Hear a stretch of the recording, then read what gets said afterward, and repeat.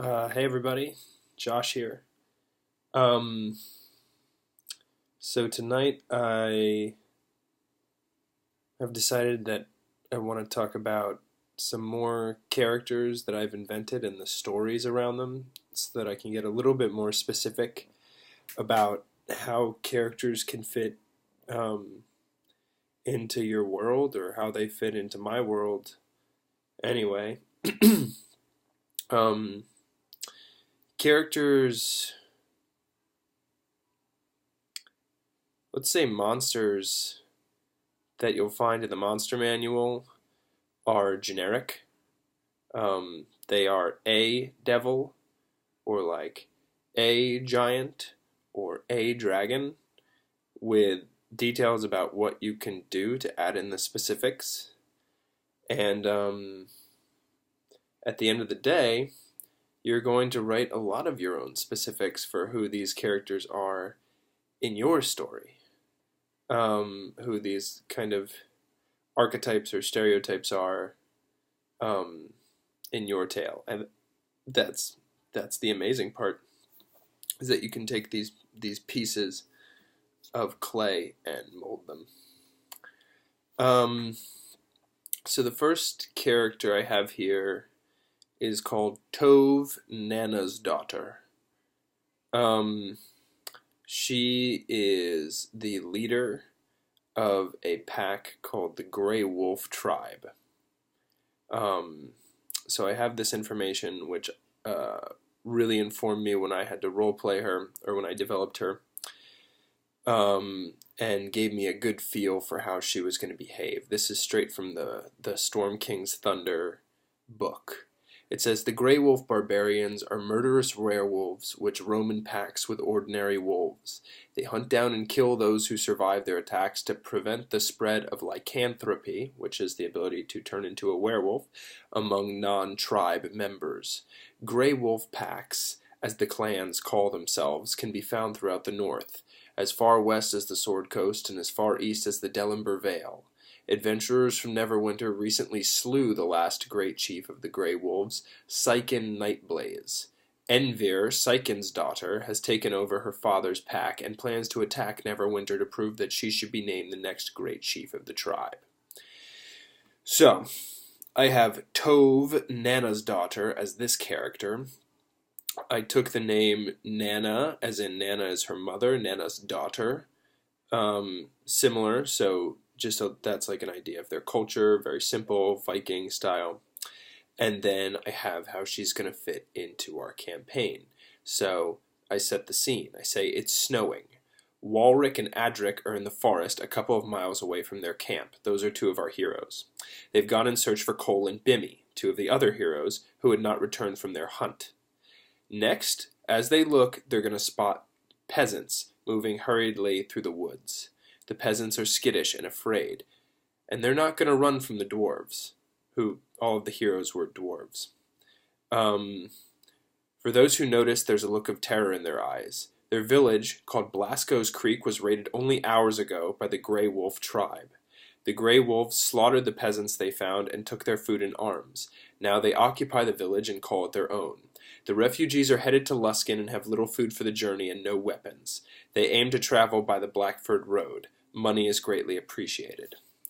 The Grey Wolves were chased out of their own village by frost giants. Soon they began to starve.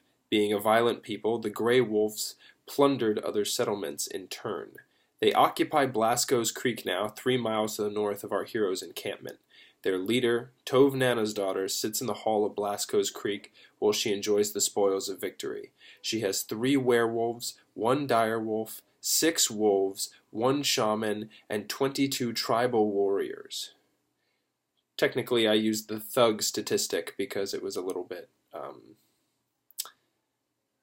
more appropriate balance-wise. Anyway, as well as 40 commoners who make up the women, children, and those too sick, old, or cowardly to fight. Tove is a werewolf with 100 hit points. So that's a pretty good idea of who she is, the people around her, and the situation that the players are going to find. Now, in the previous part of the story, the players had killed 2 of these werewolves, which is going to set up a major conflict between this tribe, led by Tove, and our heroes. So that's what I have here in this next paragraph. Tove is about to receive word that 2 werewolves were killed by a pair of dwarves in the woods. One of them even used magic. The use of magic enrages her, and the slaying of her hunters is unforgivable. As if this wasn't enough, the other dwarf was bitten by a werewolf warrior and given the blessing of wolfing. They cannot live. So, I very clearly am able to get in under her skin, find out what motivates her, set up a conflict between my players, and then act on it. Central motivation: anger and revenge. Before nightfall, she will attack the dwarves with her full force. Before they go to war, the tribe must perform the ritual of combat, a long war chant where the tribe's warriors paint one another's faces and howl to the heavens to call Uthgar for glory in battle and salvation in death. If uninterrupted, they reach the encampment by sunset. This is an incredibly difficult battle. If faced head-on, characters might die. So that is my whole setup for her and for this whole situation. I never actually got the chance to role play her. A lot of the stuff would be really simple. It would be very similar to the wildlings in Game of Thrones. Like, stark, simple, don't think, all action, very primal, lots of very strong sensory component. They smell things, they listen incredibly well. And because they have this wolf instinct, they're really violent, and they're not, reason is not, it doesn't factor in. It's just they're gonna kill you. They're gonna hunt you down. They're animal. They're gonna, if the motivation might be a little bit more complicated than a normal wolf, the behavior is essentially the same. So that's her, and it also accounts for the behavior of pretty much all of her tribe in terms of how they value. There can be subtle differences. The shaman might have a certain viewpoint, whereas a warrior might have a different viewpoint, whereas one of her werewolf companions might have a certain viewpoint that's a higher status person that's more bought in to her way of life, or potentially competitive between one another for her favor. Or even with her for control of the tribe. I never developed any of those things because it didn't seem appropriate right away. However, if you are trying to develop that sort of stuff, I really recommend Wizards of the Coast put out a book called Xanathar's Guide to Everything, and in the middle of that book somewhere, it talks about let's see, looks like this. And in the middle, it talks about creating conflict within an enemy group, or something along those lines. Creating relationships between members of a rival group in one way, shape, or form. See if I can find it really quickly. Oh no, this is spells.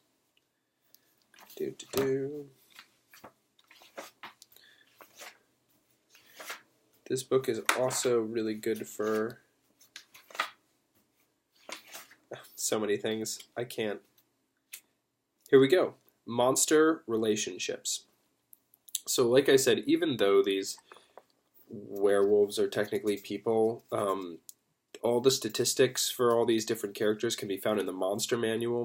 So they're classified as monsters in Dungeons and Dragons. I don't know. That's the kind of the traditional way of doing it, is to think of them as monsters.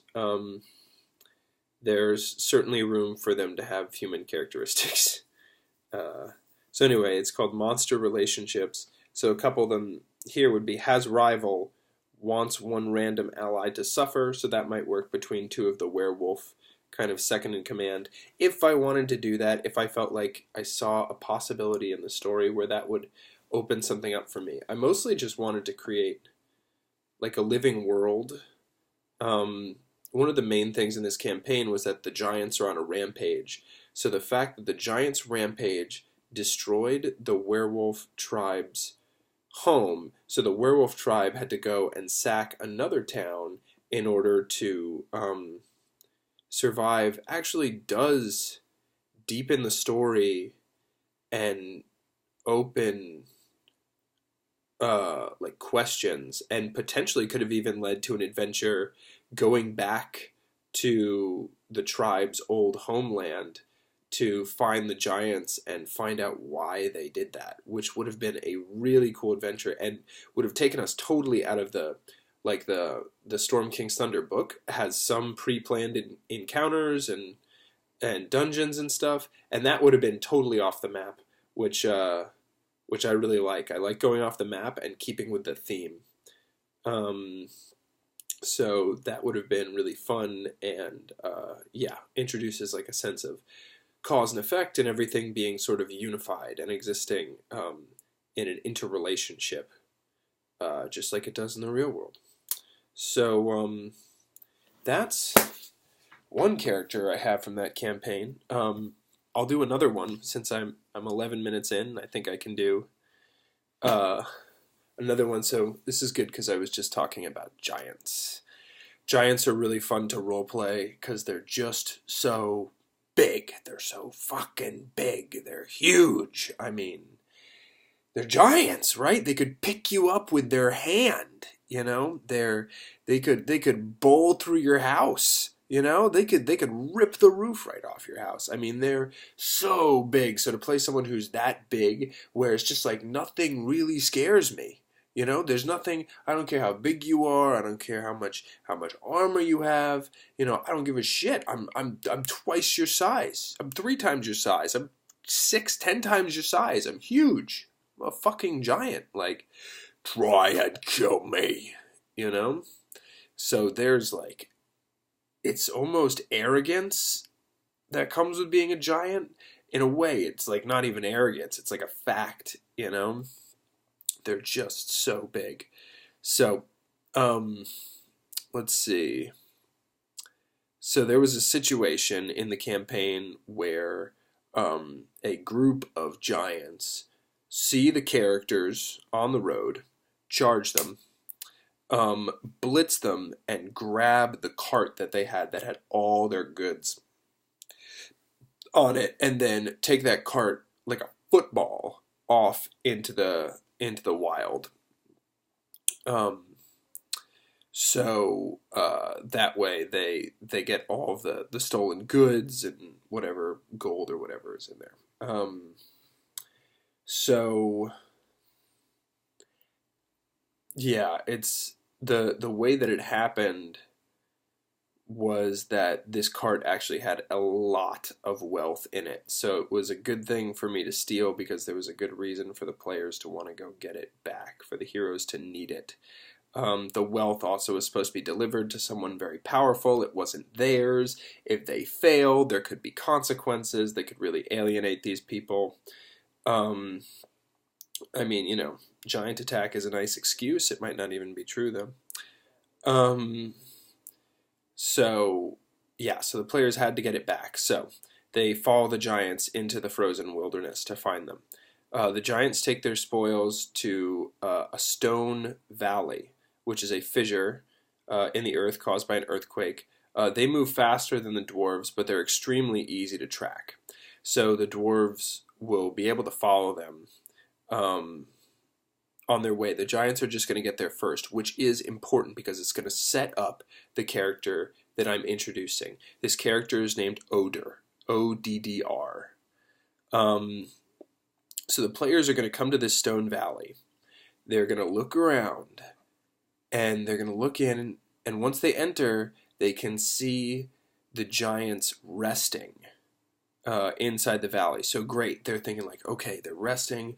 We can get our stuff back. They probably see their cart. Some of the gold that was inside is like spilled onto the ground. It's like, oh boy, we got to do it. So then they see something else. From their vantage, any player scoping out the area also notices something very frightening and strange, because behind one of the rocks in the ravine crouches, hidden from the others, another frost giant. So This is Oder.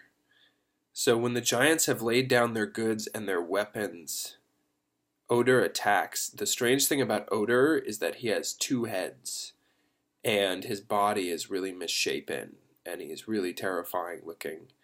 Um, so when the other giants have laid down their goods, he attacks, and they watch as his flesh regenerates during the battle from the blows that the other giants inflict on him. He kills his companions and then eats their flesh. Um, and then he drags one of the bodies off into a tundra to his cave, which is a few miles away. So that all happens. It's like this really violent scene. Be a great place to put in some cool music. And then the remaining frost giant, though, the other one who is in the battle, is not dead. He's dying. So when the players go down there to get their stuff, they'll hear him,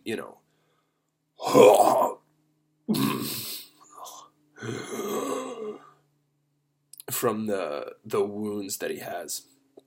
His name is Glef, and he knows who Oder is and is willing to tell the story in exchange for some healing magic.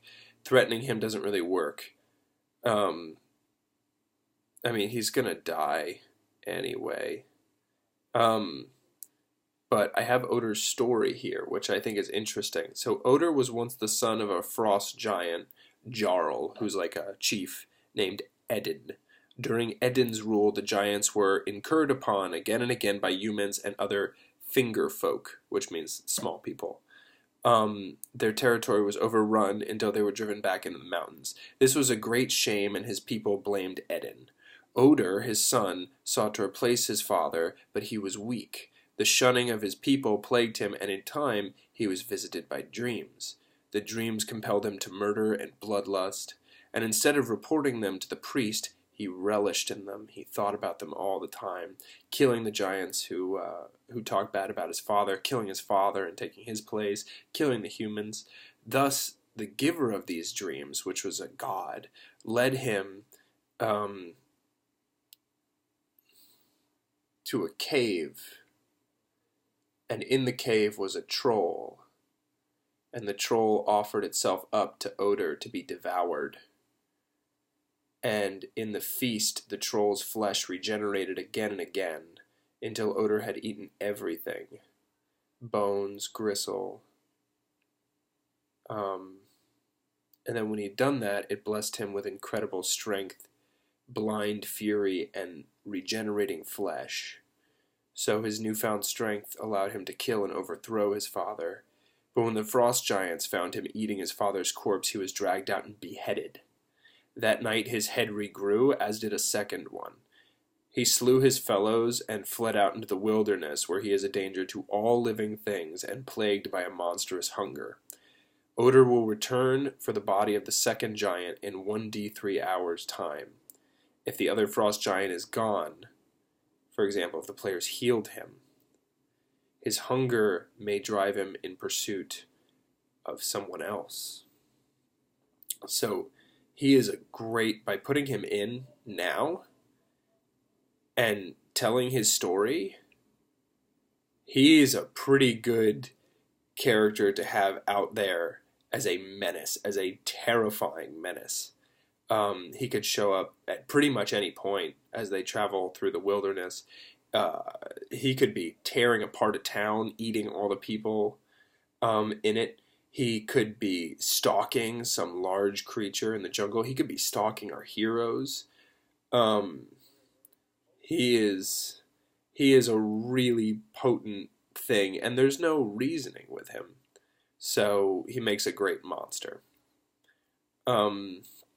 So I wrote most of that stuff. Some of it I pulled from the monster manual. For example, the fact that he had to eat a patrol that offered itself to him, that the flesh of the troll regenerated as he ate it. That was from the manual, and having multiple heads and regenerating flesh. Okay.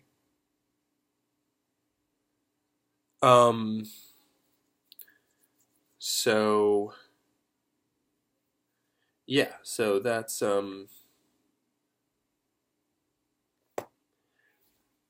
him. I think it was a really scary story when I read it, in the manual, and I was like, wow, I don't know who came up with that. That's really terrifying. I have to put that in my story. So I just thought about like, how can I put this in my story? Where could he fit? Where is he or she? I hadn't even picked a sex. Like gonna be a good like tasty villain for our party. So I found this.